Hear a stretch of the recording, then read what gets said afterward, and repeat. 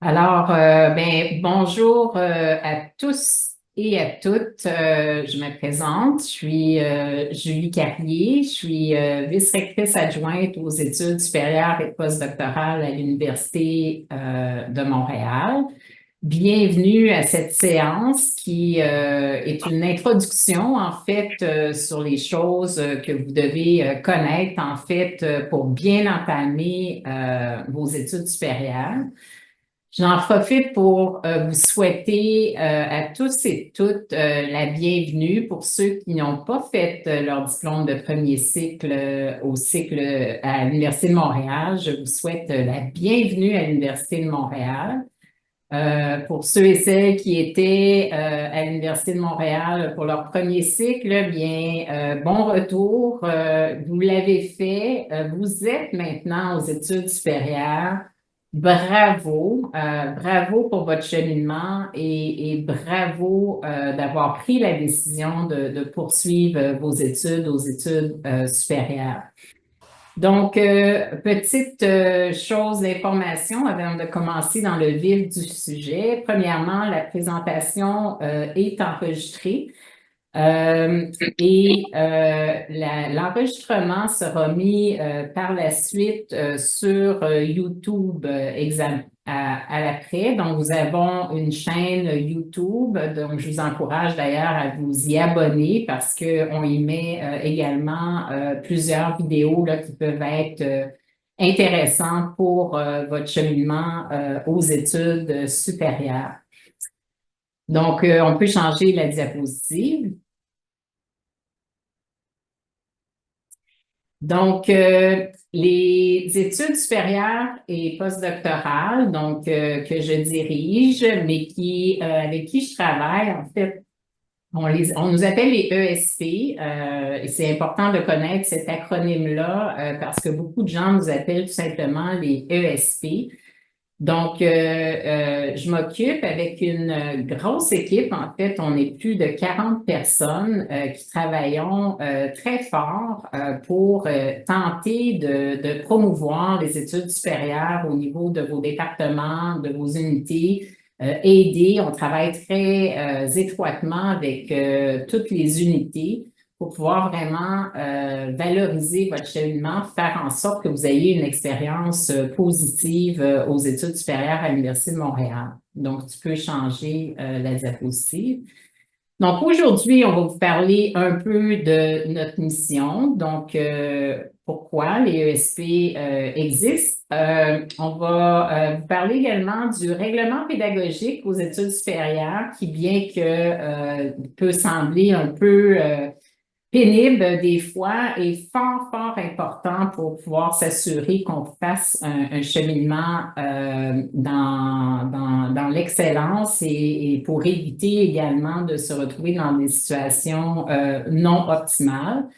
On va vous parler ensuite des ressources pour le soutien à la réussite aux études supérieures. On va vous parler de cheminement et d'encadrement, de soutien financier, d'employabilité et de développement des compétences. Et nous allons terminer avec les sources d'informations essentielles, le mot de la fin, puis une autre invitation à venir célébrer avec nous un peu plus tard en septembre. Donc, tu peux changer la diapositive. Donc, je voulais vous dire, donc nous autres, on s'occupe, notre mission, vous la lirez ce soir quand vous recevrez, vous allez recevoir aussi la semaine prochaine parce que vous étiez inscrit à ce webinaire. Vous allez recevoir toutes les diapositives également. Donc, vous n'avez pas besoin de prendre des notes de façon frénétique. Là, vous aurez l'information en main la semaine prochaine. Mais nous, ce qu'on fait au niveau des études supérieures et postdoctorales, c'est que en collaboration avec tous les services de l'université, en collaboration avec vos unités, on développe les études supérieures et postdoctorales pour vraiment tenter de vous donner les meilleures chances possibles afin d'acquérir, de créer des nouvelles connaissances de pointe pour que vous puissiez vraiment affiner votre expertise parce que c'est là que vous êtes rendu dans votre cheminement, déployer votre créativité Parce que ce que nous voulons, c'est qu'en sortant de l'Université de Montréal, vous soyez devenu, en fait, à cause de votre niveau d'études, à cause de ce que vous allez apprendre dans vos cours, mais aussi par toutes les activités que vous allez faire dans votre laboratoire, mais à l'extérieur aussi de vos cours du laboratoire, l'expérience que vous allez avoir à l'Université de Montréal. On espère qu'en sortant de vos études supérieures, vous allez vraiment faire partie des décideurs de demain qui vont permettre aussi de relever de façon innovante, en fait, tous les défis sociaux et sociétaux que l'on a actuellement. Donc, profitez à plein de vos études. Puis maintenant, on va pouvoir vous parler en plus de certaines domaines qui vont vous permettre de pouvoir mieux profiter de vos études. Cette prochaine diapo, s'il te plaît. Donc, je vais passer la parole à mon collègue, Daniel Lévesque, qui est vice-recteur associé aux études supérieures et postdoctorales et qui s'occupe, donc retenez son nom, qui s'occupe de tout ce qui est du cheminement académique avec son équipe, bien entendu. Donc, à toi la parole, Clément. Pas Clément, Daniel. Clément était mon prédécesseur. Merci Julie. Bonjour tout le monde. Donc, oui, on va débuter la présentation avec un sujet qui est peut-être un peu rébarbatif aux premiers abords, mais qui est extrêmement important pour que vous puissiez donc évoluer dans votre programme, dans votre cheminement et vous assurer que tout est fait dans les règles pour pouvoir que votre progression ne soit pas bloquée ou perturbée par des étapes qui n'auraient pas été complétées là, dans le courant de votre cheminement. Donc, le règlement pédagogique, c'est ce qui permet de baliser et d'encadrer, de structurer les programmes aux études supérieures. Ça existe depuis que l'Université de Montréal existe, mais ce n'est pas quelque chose qui est statique, c'est-à-dire les règlements évoluent avec la société étudiante. À chaque année, on revoit le règlement pédagogique pour s'assurer qu'on est en lien avec les pratiques qui sont faites dans les unités et aussi en lien avec les besoins étudiants. Donc, le règlement, c'est vraiment aussi un élément qui vous permet aussi, qui vous permet de vous assurer qu'il n'y a pas il y a pas d'excès, il n'y a pas d'abus de part et d'autre quand vous faites vos différentes étapes. Ça vous permet et vous pouvez discuter de ça avec votre unité, votre directeur, pour faire en sorte qu'on s'assure que le cheminement est en accord avec le règlement pédagogique. Et le règlement pédagogique peut être trouvé sur le lien qui est indiqué ici, c'est sur le site du Secrétariat général de l'Université de Montréal. Donc, prochaine diapo. Donc, cheminement et encadrement. Donc, les cheminements aux études supérieures dépend bien entendu de votre programme et spécifique à chacun des programmes. Mais il y a des étapes importantes qui jalonnent ce cheminement et qui sont importantes de connaître pour pouvoir justement bien progresser dans son parcours. Donc, j'ai mis ici quelques exemples d'étapes obligatoires qui sont présentes. Notamment le choix du directeur de recherche. Dans plusieurs programmes de recherche, il faut avoir identifié un directeur de recherche avant l'admission, mais il y a d'autres programmes où on peut choisir un directeur un peu plus tard, et ça, c'est régi par le règlement pédagogique, donc à la maîtrise, au doctorat. Euh, la complétion du plan global d'études aussi, on va en reparler un peu plus tard, mais on n'insistera jamais assez pour vous indiquer que il faut vraiment porter une attention très, très importante au plan global d'études pour justement s'assurer que ont toutes les parties, vous et votre direction de recherche, connaissiez des attentes de part et d'autre pour faire en sorte qu'il n'y ait pas de surprise en cours de route. Donc, le plan global d'études, il y a deux sections. Il y a une section qui est plus en lien avec les cours à suivre, etc. Mais il y a une autre section qu'on appelle le plan de réussite qui permet de jalonner, de baliser et d'informer tous les parties des attentes qu'on a pour ces sections-là, mais on va y revenir. L'enregistrement du sujet, par exemple, c'est une autre étape importante. Aussi, également, la langue d'usage pour la rédaction de la thèse à l'Université de Montréal, c'est une université francophone. Donc, d'emblée, on s'attend à ce que les thèses soient écrites en français, mais il y a des exceptions qui sont possibles si vous étudiez en langue espagnole ou autre chose. Donc, ça peut ici, vous êtes une étudiante ou un étudiant qui n'est pas, qui n'est pas, qui a pas de qui n'est pas fluent ou qui n'est pas à l'aise à présenter une thèse en français. Donc, on peut faire une demande pour l'écrire en anglais, mais il faut que ça soit fait en début de parcours pour cet élément-là. Prochaine diapo. Donc aussi, en plus du règlement pédagogique, donc qui encadre tout ce qui est en lien avec le cheminement académique, il y a également des règles à suivre au niveau de l'intégrité intellectuelle à l'Université de Montréal, donc le règlement disciplinaire. Il y a les règlements pour le plagiat et la fraude.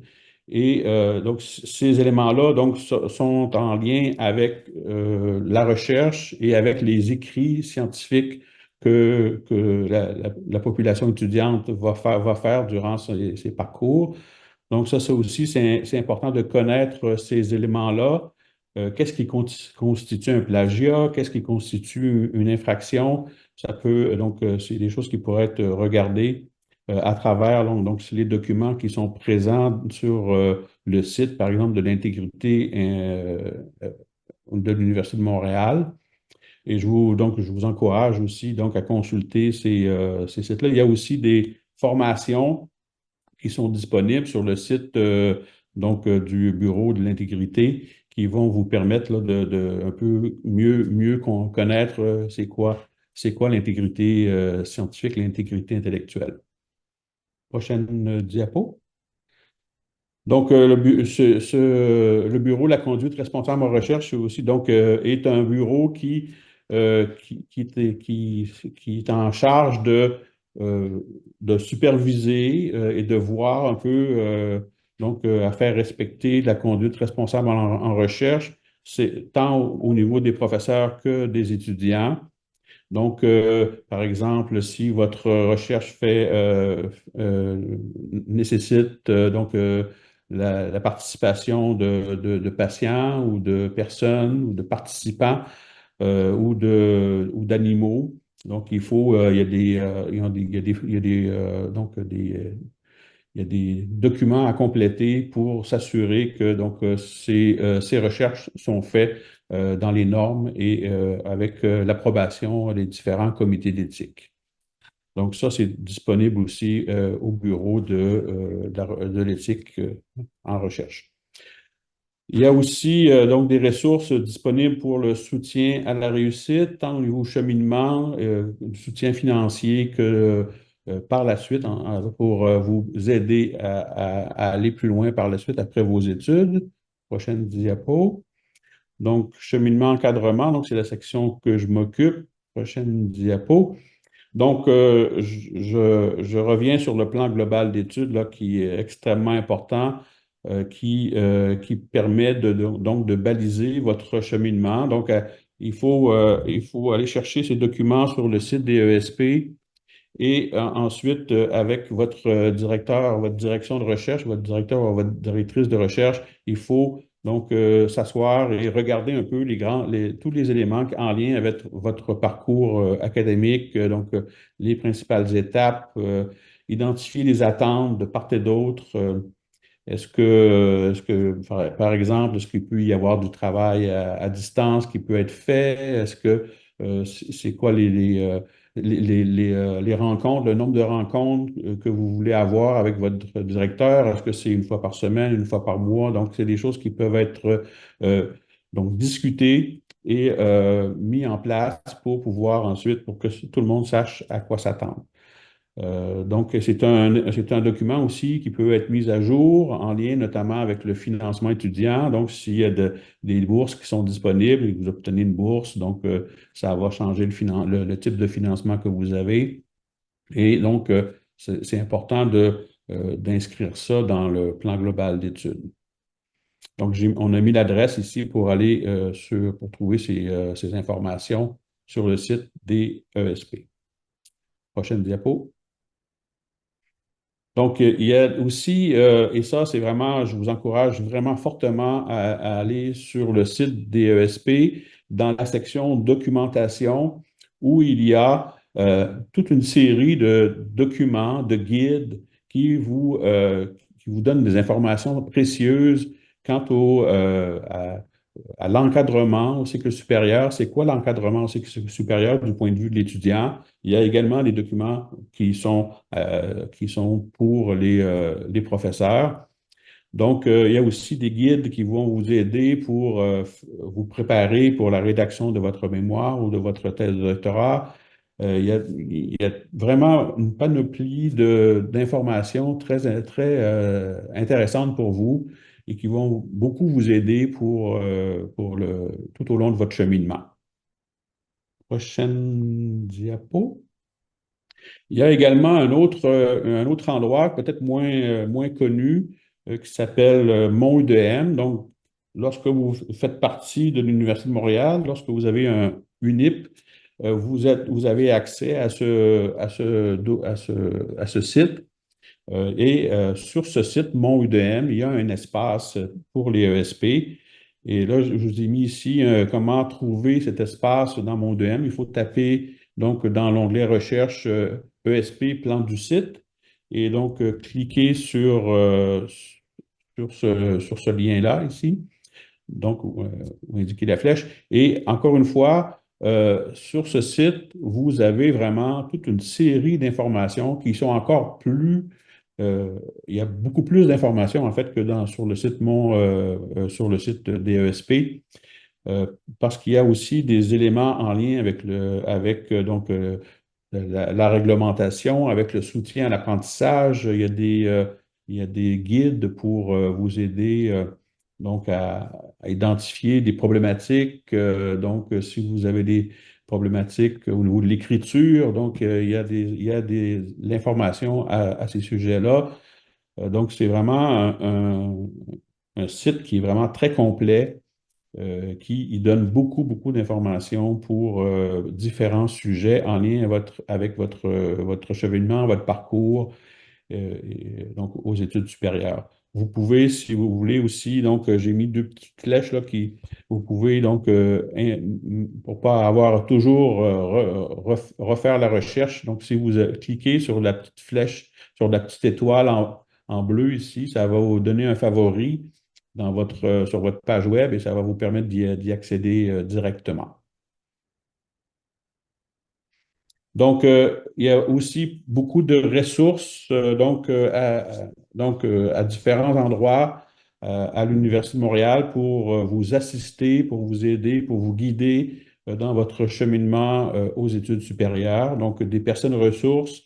Donc, à commencer, je dirais, sur un pied d'égalité, votre direction de recherche, votre directeur ou votre directrice et votre technicien ou votre technicienne en gestion des dossiers étudiants là, qui est dans votre unité.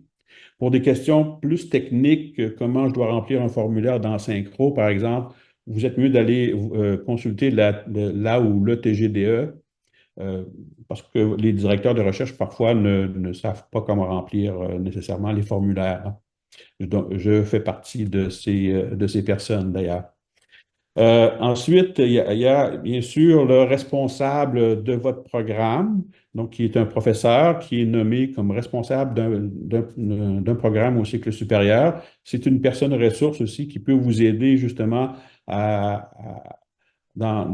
pour votre questionnement en lien avec le cheminement, votre cheminement académique, les étapes obligatoires et tout ça. C'est une personne qui connaît bien le programme, c'est sa responsabilité. Donc, ça, c'est une autre personne ressource intéressante. Et ensuite de ça, si donc vous n'avez pas de réponse à vos questionnements, c'est des questions plus au niveau, peut-être au niveau de l'administration. À ce moment-là, donc, les vice-doyens, vice-doyennes aux études supérieures de votre faculté et donc, le vice-rectorat associé aux études supérieures, donc chez nous, les ESP aussi, on peut répondre à certaines de vos questions. Prochaine diapo.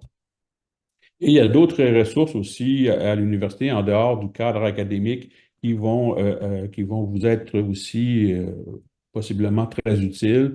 Donc, le service à la vie étudiante, donc c'est un service donc, qui est ouvert à toute la population étudiante, qui offre des services de santé, bien-être, tant physique que psychologique, qui aussi offre des supports pour le soutien aux études, au niveau de l'apprentissage et aussi qui vous guide si vous avez besoin d'accommodement ou avec des besoins, si vous avez des besoins particuliers.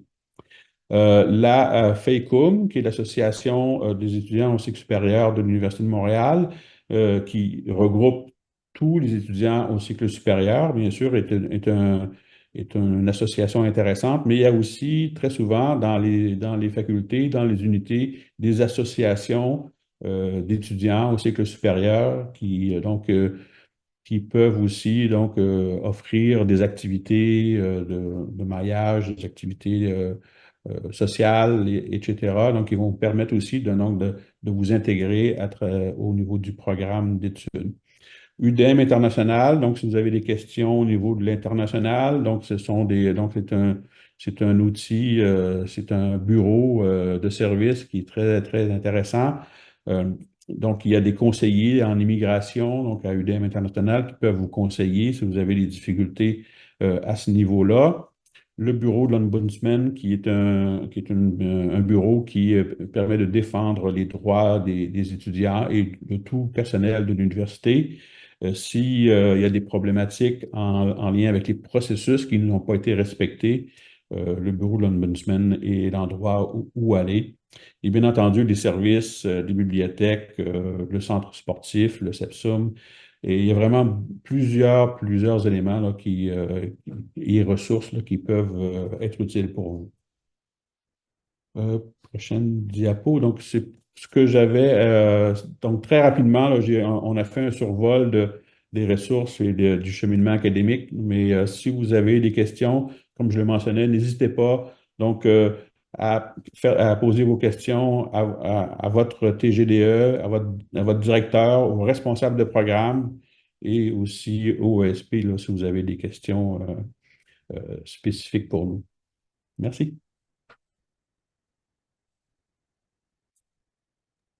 Alors, je vais poursuivre. Je suis Louise Devers, je suis vice-rectrice associée dans l'équipe là, de Mme Carrier avec mes collègues et je vous parle de soutien financier. Ça va être un survol. Sachez que c'est un sujet fort important pour la qualité de votre parcours et il y aura une autre activité un peu plus longue là, qui va être menée par notre collègue, M. Justin Giguère, jeudi matin, pour aller un peu plus à fond dans des considérations là, sur le soutien financier. Alors, je vous invite là, à y participer. Alors, la première diapo. Le financement intégré. Vous allez entendre cette expression-là sans doute à plusieurs reprises. Le financement intégré, on le définit comme une combinaison optimale de différentes sources de financement, l'idée étant d'assurer un revenu minimal garanti pendant toute la durée normale de vos études.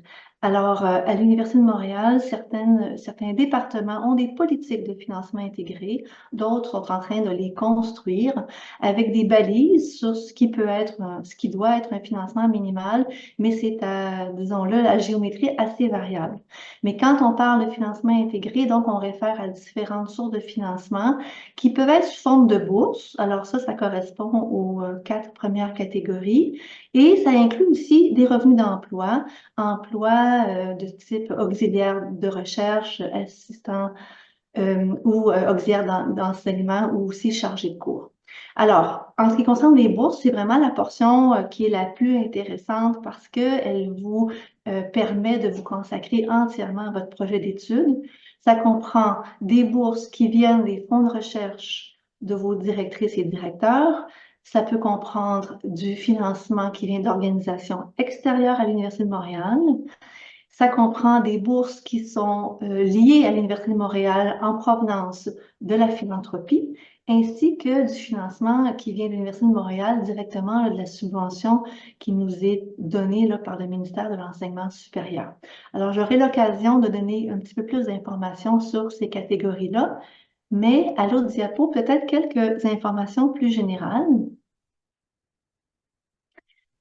Par rapport à ce qui se passe aux études supérieures, là, vous indiquez que c'est quand même beaucoup d'argent, mais réparti entre plusieurs personnes. Donc, on parle d'un peu plus de 73 millions de dollars là, de financement étudiant qui, à travers ces différentes sources identifiées-là, et qui vont être liées évidemment là, à la richesse ou à la disponibilité de fonds selon les disciplines et les secteurs. Alors, à l'Université de Montréal, au niveau de la maîtrise, en moyenne, c'est un peu plus de 15 000 $ de revenus étudiants liés à ce que je vous ai indiqué, là, pas liés à d'autres sources complètement extérieures, et un peu plus de 22 000 $ au doctorat.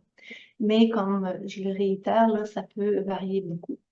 Il faut savoir, et je pense que c'est très important à retenir, que aller chercher un financement, notamment sous forme de bourse, c'est beaucoup plus difficile quand on dépasse la durée normale des études. Donc, quand au niveau de la maîtrise, on aborde la 3e année, les sources de financement se font plus rares et c'est la même chose à partir de la 6e année de doctorat, puisque la durée normale du doctorat, c'est 5 ans et puis la durée optimale même, on peut dire que ce serait 4 ans.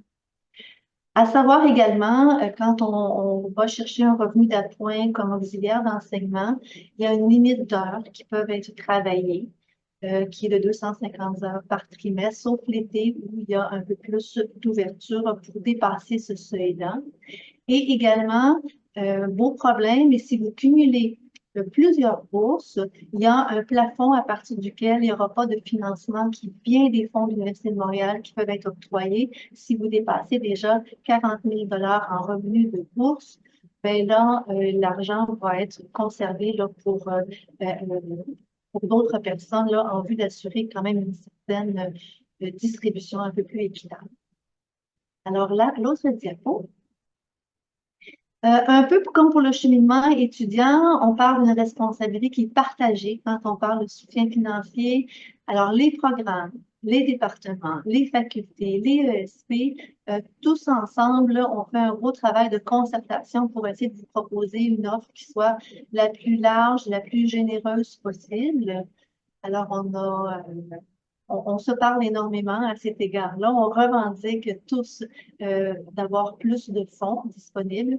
Vos directrices et directeurs de recherche sont très importants dans la planification de votre soutien financier au cours de vos études, sous forme d'accompagnement, bien sûr, dans la stratégie à déployer et aussi sous forme de soutien direct lorsque leur fonds le permet. Évidemment, étudiantes et étudiants, bon, vous êtes des personnes ultimement qui devaient faire la réflexion approfondie, qui devaient être attentifs aux opportunités de financement et se faire un plan A et puis un plan B, parfois un plan C. Donc, essayer de considérer l'avancement de votre parcours en fonction aussi de la disponibilité des fonds et des options qui s'offrent à vous. Parce qu'il y a des délais. Il y a certainement des préparations de dossiers là, qui doivent se préparer d'avance.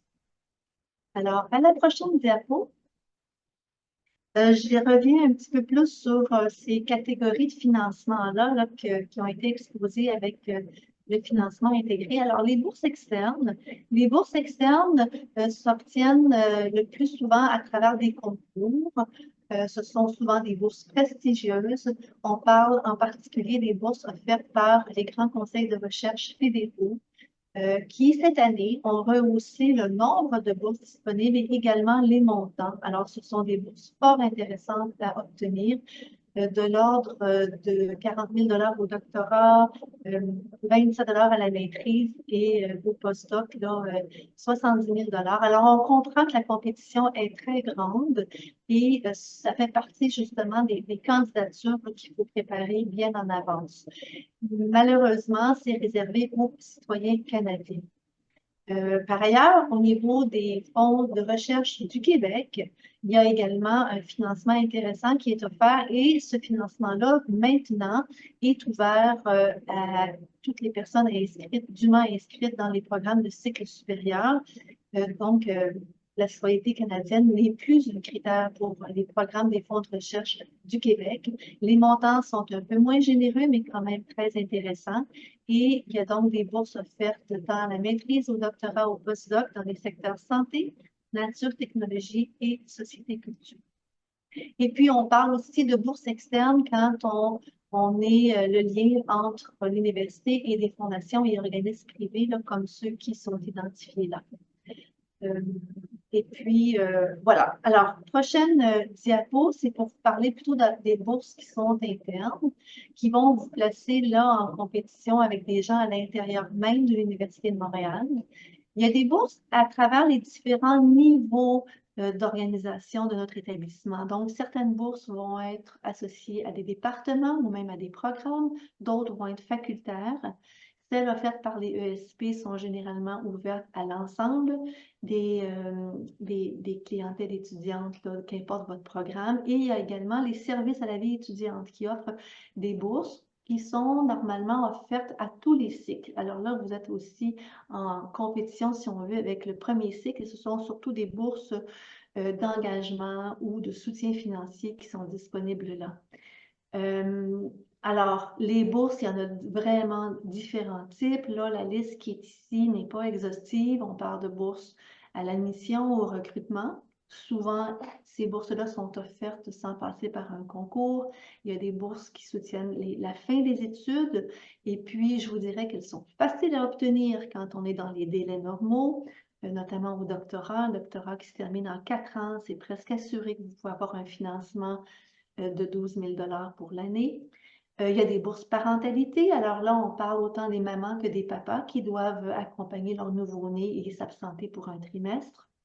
Il y a les bourses d'exemption des droits de scolarité pour les personnes qui viennent de l'international, des bourses d'engagement et de persévérance, et puis il y en a d'autres sur des thématiques aussi plus précises comme en intelligence artificielle. Alors, les critères vont varier énormément. Il faut les lire soigneusement parce que c'est archi important de répondre dans les demandes là, vraiment minutieusement là, à ce qui est demandé pour augmenter ses chances d'obtention des fonds.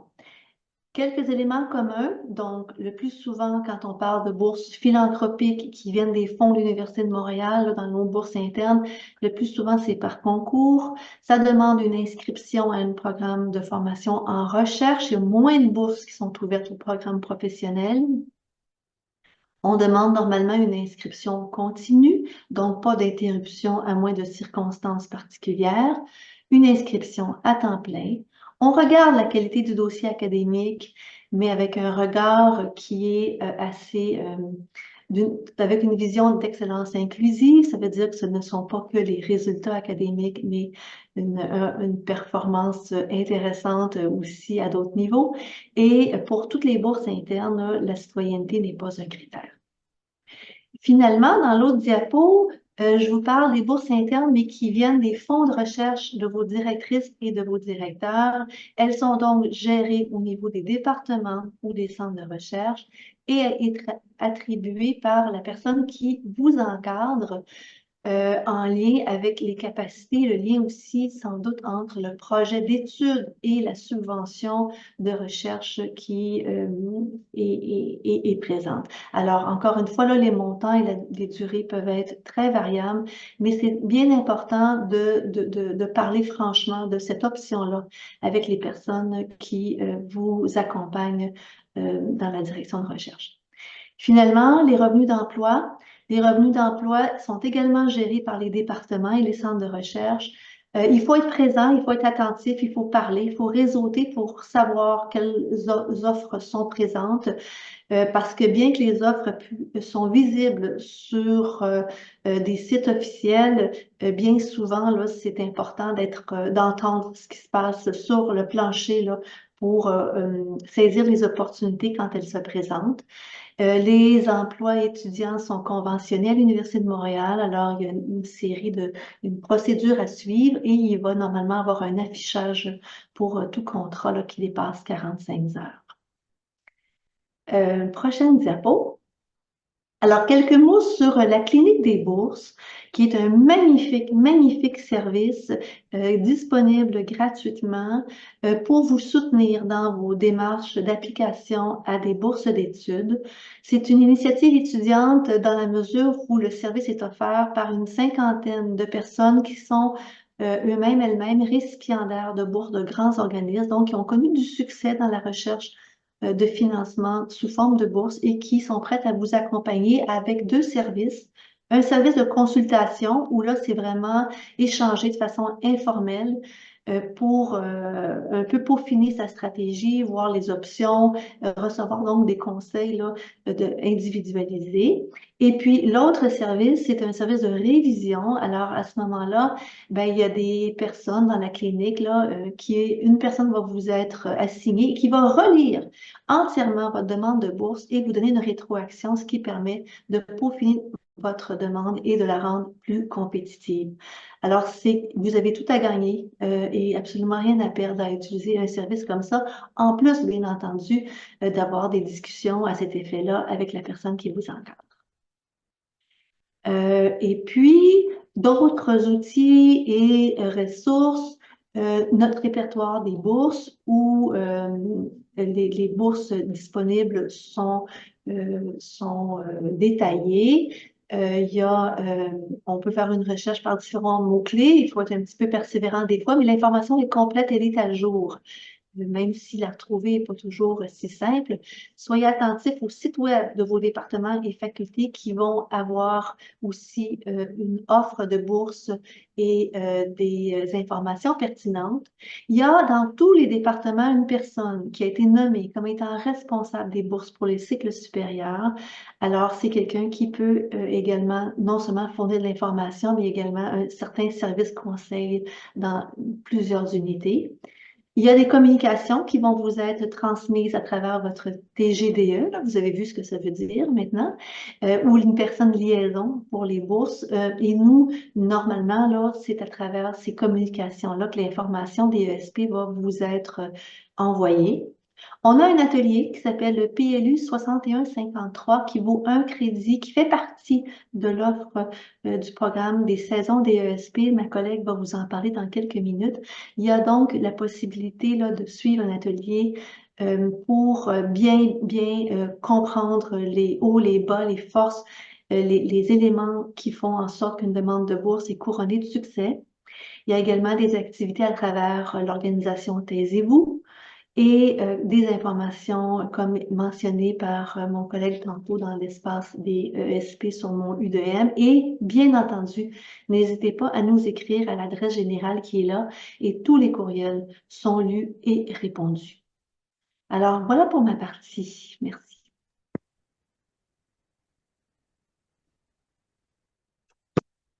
Alors, je prends le micro. Je pense que c'est ma partie qui apparaît. Bonjour tout le monde. Je me présente, je suis Catherine Fauron. Je suis responsable du développement professionnel aux études supérieures et postdoctorales.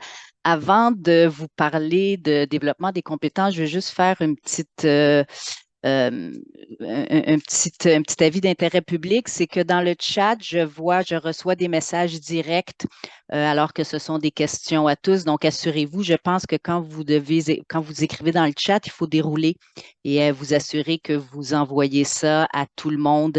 Peut-être que j'apparais en premier là, dans la liste déroulante et que c'est pour ça que je les reçois directement, mais il y a quelques personnes, là, je vous invite à réenvoyer le message pour vous assurer que tout le monde le voit. Ce sont mes collègues Ghislain Giguère et Rosanne Gamache qui répondent dans le chat.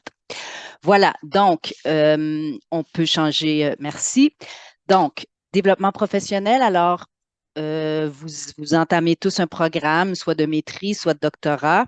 Peut-être que vous savez déjà, à l'issue de vos études, le type d'emploi que vous souhaitez occuper. Peut-être que vous voulez rester dans le milieu académique, peut-être pas, mais chose certaine, vous devez tous commencer un peu à réfléchir à votre projet professionnel et vous devez surtout savoir dès maintenant que les débouchés dans les postes de professeurs ne seront pas nécessairement le débouché naturel pour une majorité d'entre vous. Là, je parle spécifiquement pour ceux qui commencent un doctorat. Et en fait, il faut comprendre que c'est 80% aujourd'hui des titulaires de doctorat qui vont avoir à se trouver un emploi à l'extérieur euh, des postes de professeurs, non pas parce que vous n'avez pas les compétences, mais simplement parce que la situation, le contexte social fait en sorte qu'il y a beaucoup plus de diplômés au doctorat qu'il y en avait il y a 30, 40 ans et le nombre de postes de professeurs n'a pas changé. Donc, la bonne nouvelle, c'est que tous ces beaux cerveaux instruits et bien formés vont déployer leur talent dans la société à l'extérieur des murs de l'université.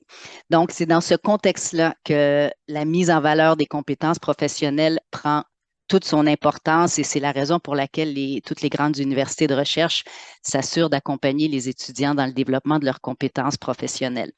Que ça soit, peu importe le secteur, que ce soit le secteur privé, que ce soit en entrepreneuriat, dans la fonction publique, vous aurez tous à faire valoir des compétences qu'on appelle donc les compétences professionnelles, qu'on appelle aussi les compétences transversales, c'est-à-dire qu'elles se déploient à travers toutes les disciplines. Donc, chacune d'entre vous, allez quitter les bancs de l'université dans quelques années avec votre expertise disciplinaire dans votre domaine d'études, mais vous devez savoir que vous aurez également développé d'autres compétences, des compétences qui sont très recherchées par les employeurs et que vous devez apprendre à mettre en valeur. Et avant d'apprendre à les mettre en valeur, vous devez surtout être conscient que vous développez ces compétences-là. On parle des compétences comme la communication, la gestion, le leadership, par exemple. Donc, OSP, on a mis en place un programme pour vous soutenir dans la construction de votre projet professionnel et vous permettre d'identifier et de développer ces fameuses compétences que vous allez choisir de promouvoir dans vos recherches d'emploi. Diapo, s'il vous plaît. Donc, il s'agit des saisons DESP. C'est un programme d'activité de formation et de développement des compétences professionnelles qui sont offertes tout au long de l'année, étalées sur toutes les saisons et destinées aux étudiants de maîtrise, de doctorat et aux postdoctorants, postdoctorantes. Donc, l'outil central autour duquel s'articule le programme des saisons, c'est un référentiel des compétences transversales que vous allez retrouver sur le site des saisons DESP. Vous allez voir l'adresse sur la prochaine diapo.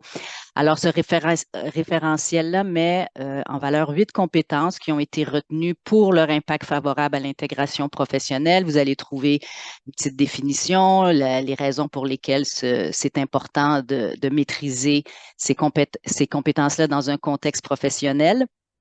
Donc, les 8 compétences qui ont été retenues, communication, collaboration, gestion, leadership, littératie numérique, intégrité et conduite responsable, autonomie professionnelle et créativité et innovation. Il y a également, rattaché à ce référentiel, il y a un outil d'auto-évaluation sur le site des saisons. Donc, on vous invite comme première étape à aller vous auto-évaluer, allez voir. En fait, c'est un questionnaire en ligne auquel vous répondez. Et pour chacune des 8 compétences, ça vous permet d'évaluer votre niveau de maîtrise pour chacune d'entre elles et vous avez une rétroaction selon le niveau dans lequel vous vous situez. Et c'est en fonction de cette rétroaction que vous allez être en mesure d'identifier donc vos besoins de développement en fonction pour quelles compétences et ensuite d'aller choisir des formations parmi, entre autres, les ateliers des saisons. Il y en a aussi peut-être dans vos unités respectives, mais pour aller développer ces compétences. Ce que vous voyez là, ce sont des exemples d'ateliers de formation qui sont rattachés aux différentes compétences. Donc, pour chaque compétence, il y a des formations qui sont offertes. Diapo, s'il vous plaît. Alors, les saisons de SP, on aime bien dire que c'est un programme à la carte. Donc, c'est vraiment en fonction de votre autodiagnostic, selon vos besoins, que vous allez chercher les formations à la pièce, les ateliers que vous voulez suivre. Euh, En fonction, c'est ça, de votre niveau. Les ateliers sont tous sans frais pour les étudiants qui sont inscrits à temps complet à un programme de maîtrise, de doctorat et pour les postdoctorants.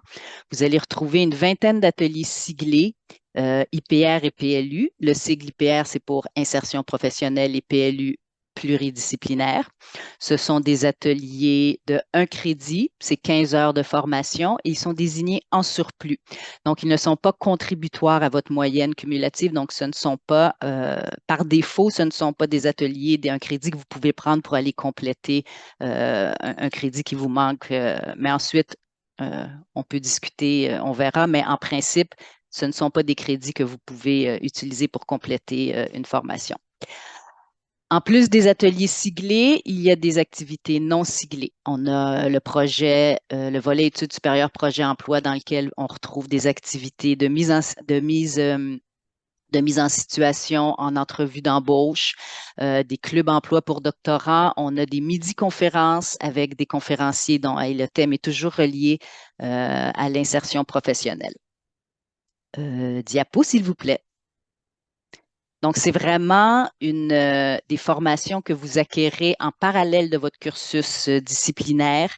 Il faut le voir un peu comme l'équivalent d'une formation continue dans votre métier d'étudiant. Et toutes les informations sont regroupées donc sur le site des saisons DESP. Donc, sur ce site-là, vous allez trouver le référentiel, l'outil d'auto-évaluation, toute la programmation. Vous pouvez faire une recherche en fonction des compétences que vous voulez développer ou en fonction du trimestre.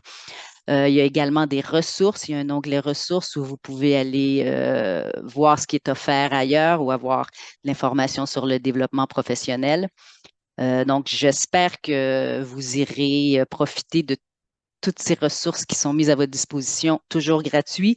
Et je vais terminer surtout en vous disant, en vous encourageant de saisir toutes les occasions de faire connaissance parce que dans votre développement professionnel, le réseautage et les relations humaines sont extrêmement importantes.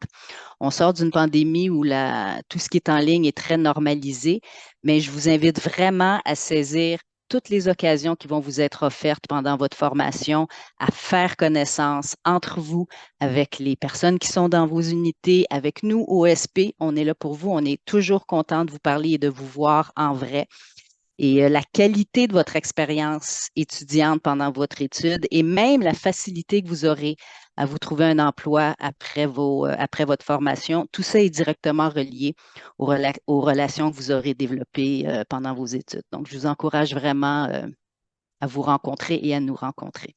Merci.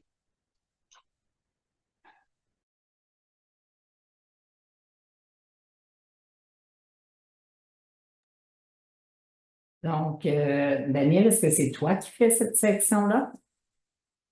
Je peux le faire, oui, pas de problème. OK. Donc, bon, c'est un peu, on reprend un peu les éléments qu'on avait déjà vus plus tôt. Donc, on vous a résumé là, les sources d'information et donc les ESP. Il y a vraiment tout ce qu'on vient de discuter, autant le cheminement académique que les bourses, le financement et la formation professionnelle se retrouvent, là, toutes ces informations-là se retrouvent sur le site des ESP. On l'a revampé cette année. Il est facile de naviguer sur le site et de s'y retrouver et vous retrouverez vraiment toutes les informations dont vous avez besoin. Elles sont là. Prochaine diapo. Puis j'ai parlé un peu des bibliothèques aussi. Les bibliothèques, c'est pas seulement un endroit où vous pouvez aller pour faire des travaux puis avoir le silence. Là, c'est vraiment le service de bibliothèque est extrêmement important, très riche. Il y a un service donc de prêt de livres, il y a des services aussi, il y a d'aide pour la rédaction, pour l'écriture, pour les droits d'auteur. C'est vraiment très, très riche et très diversifié, tous les services qui sont offerts à la bibliothèque, donc aux bibliothèques de l'Université de Montréal. Donc, je vous encourage aussi donc à aller visiter ce site-là. Et ils ont des formations aussi pour toutes sortes de choses en lien avec l'écriture scientifique et plusieurs autres thématiques importantes pour au niveau de votre parcours académique. Voilà. Merci, Daniel. Donc, on approche de la fin de cette présentation-là. Je ne peux que vous encourager. Ça, c'est le début d'un monde qui s'ouvre à vous. On vous a donné en rafale certaines informations qu'on jugeait essentielles.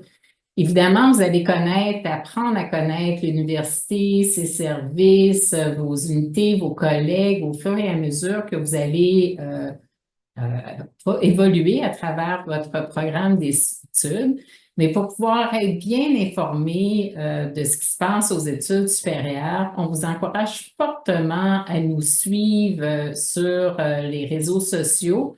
Donc, on est sur LinkedIn, Facebook, Instagram, et puis on a notre chaîne YouTube aussi avec des présentations sur certains sujets. Donc, je vous encourage à venir vous mettre membre de ces communautés-là. À la prochaine diapo. Puis enfin, on a essayé de faire de notre mieux dans le chat pour répondre à vos questions. Il y avait certaines questions qui étaient plus spécifiques. Continuez à les poser, les questions. N'hésitez pas à aller parler à votre TGDE, aux responsables. Chacun des programmes a un responsable de programme pour aller poser des questions peut-être plus spécifiques. N'hésitez pas non plus à nous contacter, nous. Vous connaissez maintenant notre page web, vous connaissez qu'on est sur U2M également. Puis on vous invite justement à l'appel de Catherine à venir réseauter également avec nous ce mercredi, le 11 septembre, entre 16h et 18h. On y a invité tous les étudiants aux études supérieures, mais aussi les directeurs de recherche. Nous allons être également là où on pourra avoir des conversations peut-être plus spécifiques avec vous. Donc, inscrivez-vous. Je crois que Martine avait mis le point sur le chat. Puis, on ne sera pas les seuls. En fait, tous les services dont on a commencé à vous parler dans cette présentation-là, mais bien d'autres services également vont y être. Donc, Mitax qui offre des types de bourses qui sont complètement différentes pour pouvoir aller faire l'immersion dans des milieux du secteur privé ou du secteur communautaire. Millennium qui est un projet d'entrepreneuriat également à l'université. Donc, il va y avoir des kiosques sur tout ce qui peut intéresser un étudiant au cycle supérieur. Puis, en plus, ben, ça va se faire autour d'un petit verre ou d'une petite collation. Donc, on vous encourage fortement à venir nous rencontrer. Donc, je vous remercie sincèrement d'avoir participé à cette première formation en vrac sur les éléments essentiels aux études supérieures.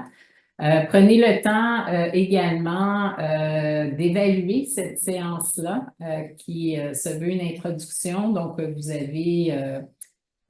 pouvez cliquer. Vous allez recevoir également l'information, comme on vous le disait, je vous le disais au début de la session, au cours de la semaine prochaine. Donc, tous les liens y seront. Donc, vous pourrez également, ça deviendra une espèce de document de consultation pour vous.